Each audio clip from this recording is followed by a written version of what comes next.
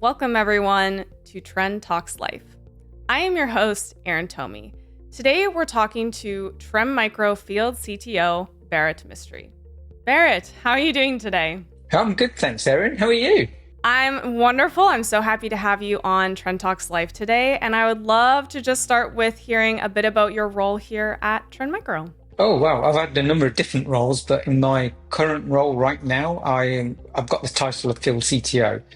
So as part of the kind of product management team, my role is to really bridge or link product management R&D with field, but most importantly with customers, and get customer feedback on the things that we do, but also go the other way as well to communicate our strategy and what we're doing, and really to get this scenario where we've got understanding customer requirements and mapping our solutions to that. So what we're not doing is creating a solution that customers don't need, but we're actually developing capabilities that address real business problems that our customers are having right now. Well, I know you have been in quite a few roles. We actually first met when I'd been at Trend about 2 months, and that was almost 8 years ago now, if you'd believe that. And we've both changed roles multiple times over those 8 years. So I want to start by going to the time before Trend Micro and talk about what inspired you to pursue a career in cybersecurity. Oh, wow. Oh, my God. That was, feels like a long time ago. Actually, to tell you the truth, I wasn't really looking to get into cyber. I fell into cyber by complete and sheer fluke. Just to give you a bit of background, I'm a telco guy. I'm a telecoms guy. And I was working for a network integrator at the time, and I just happened to have software skills, especially around Unix and things like that, because a lot of the work I was doing was around network management. So often use software packages on Unix systems and things like that. And on one customer engagement that we were doing, the customer just handed me, well, it wasn't even a CD. It was like a CD at the time that had Checkpoint written on there, so a firewall. Could you have a go at installing this? And lo and behold, I got it going. It took a little bit of time, but got it going and worked well. I could understand what was going on. And then on the back of that, I did another project very similar, and then it just grew from there. So that was back in about 2002, 2003. And then the next big project we did after that, actually, we then started adding more security capability onto that. So going beyond the firewall, looking at things like intrusion detection, and then also things like email and web proxies. And then all of a sudden, that was a time when the boom started in the UK for cybersecurity. And then lo and behold, the company I was working for at the time, we created a separate practice area to do cyber. And I've been doing cybersecurity ever since, really, in various guises. Yeah, you can certainly tell it was a while ago when we're talking about the era of CDs being a very common thing in households around the world. That's certainly been one thing that has changed. And you've been at Trend for over 10 years now, and a lot can change, as I said, in a decade, particularly in cybersecurity in our industry. Besides the CDs, what are the biggest changes you've seen, probably particularly in the challenges our customers have faced? Because I know you have talked to a lot of customers in all the roles that you've had at Trend. I think the biggest change I've seen, certainly, and more accelerated, I would say, in the last 5 years, is the awareness of cyber. Certainly when I started back in this industry, it was seen very much as a technology issue, and customers were, I wouldn't say naive, but they kind of knew, we needed anti-malware and things like that, but not much more. Over the last decade, what I've seen now more so than ever is that customers are becoming more savvy. So they're not just looking for point products, they're actually looking for solutions that provide business outcomes for them. Especially in this current era right now, where there are a number of different factors, but certainly boards are kind of got an interest in what's going on. And they're looking for really IT teams to communicate in a way that makes sense to them. So there's kind of a couple of shifts that are going on. First is, like I said, we're moving away from an IT-centric issue to a business issue.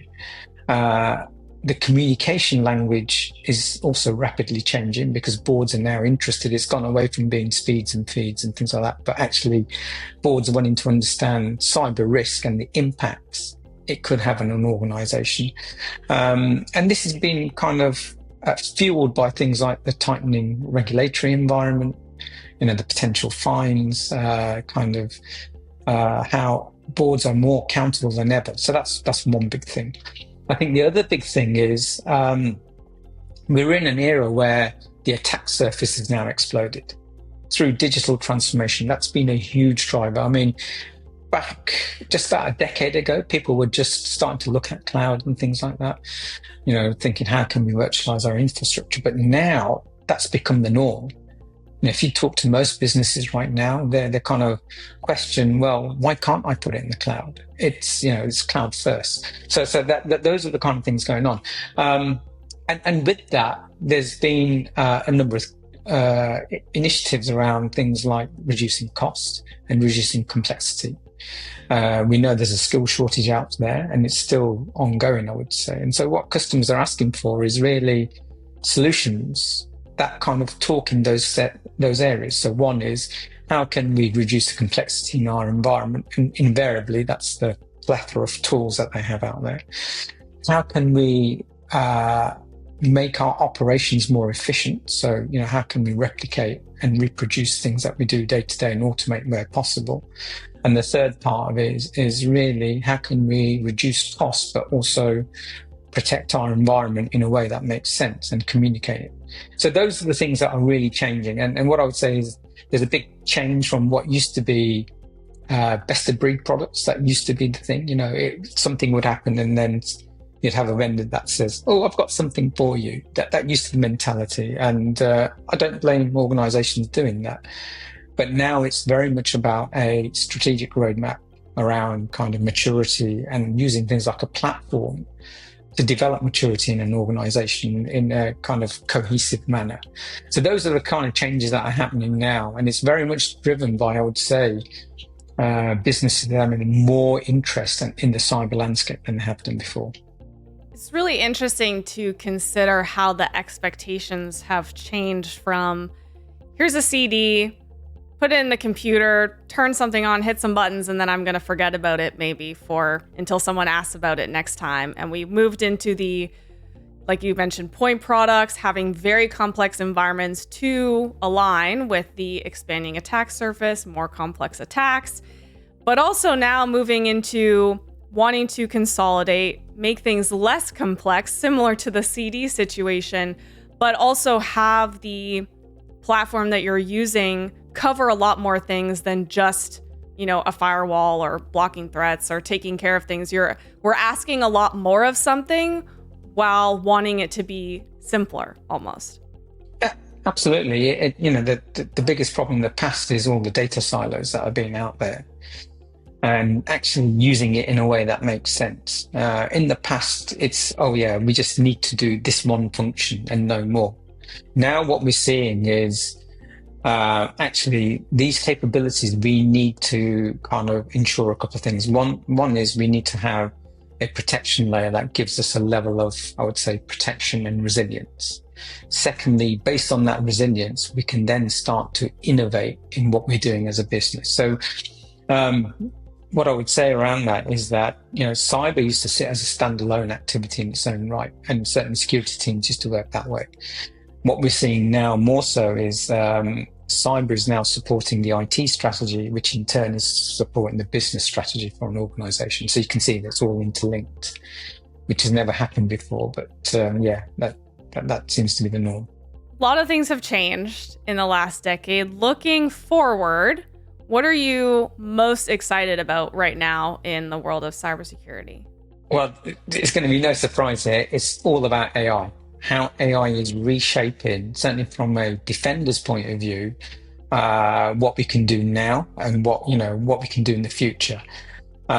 Just to give you kind of a feel for the kind of things that we're evolving to. So, we all use ChatGPT and kind of tools like that in our day-to-day lives, but actually we're looking to use AI in the platform to really get on the front foot. Organizations really struggle to become proactive. We're in an era where the threat landscape is evolving at a rate that we just cannot keep up with. Certainly humans can't. And so the only way to do it is with technology. And this is where AI is really helping. It's kind of helping sift through the patterns that we're seeing in the alert data, mapping it into event data, and then really using that as a mechanism to get onto the front foot, to be able to predict, to be able to understand what could happen and kind of lower some of those residual risks that we'd normally see, and put us on the front foot. That says, actually, we're better equipped to deal with what's going to come. It kind of goes back to that resilience comment that I made earlier. It allows us to be more resilient in the face of any kind of attacks or disruptions that we see out there. Also, I would say, there are new things that are coming out that will allow us to scale massively some of the things that we do right now. So one of the concepts that, Trend and I think other vendors might be looking at is the whole digital twin. And this is a replica of your environment. Now, imagine before, when you do a pen test, you can only do it limited. You can only do it one at a time, and it's a costly exercise. But what if you could do overnight, run thousands of simulations on your environment based on telemetry we're seeing? It really puts everything on a different footing altogether. The challenge has always been keeping up with cyber, and I think this is the first kind of step to kind of help you to go in that direction. I agree. I think based on what we have seen from CDs 10 years ago and what is happening today, being 10 years ago, 10 years in the future, what things are going to look like. So putting together some ground rules, ground foundation to make sure we're set up for, I don't know if success is the right word, but to put us in the best position for all of this.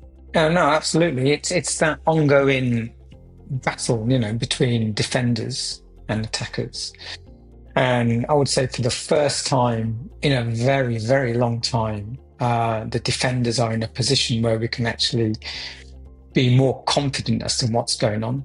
Obviously, you're never going to protect everything, and there's no silver bullet, but certainly from a confidence point of view, certainly from a resilience point of view, we can now start to kind of shore up those defenses in a way that we've never been able to do before. And AI is the platform that's helping us to do that. Bharat, thank you so much for chatting with me all about your journey to Trend Micro in the last 10 years. I'm looking forward to seeing what you and the team get up to in the near future and in the next decade. And I hope you have a wonderful rest of your day. Thank you, Erin. It's been a pleasure.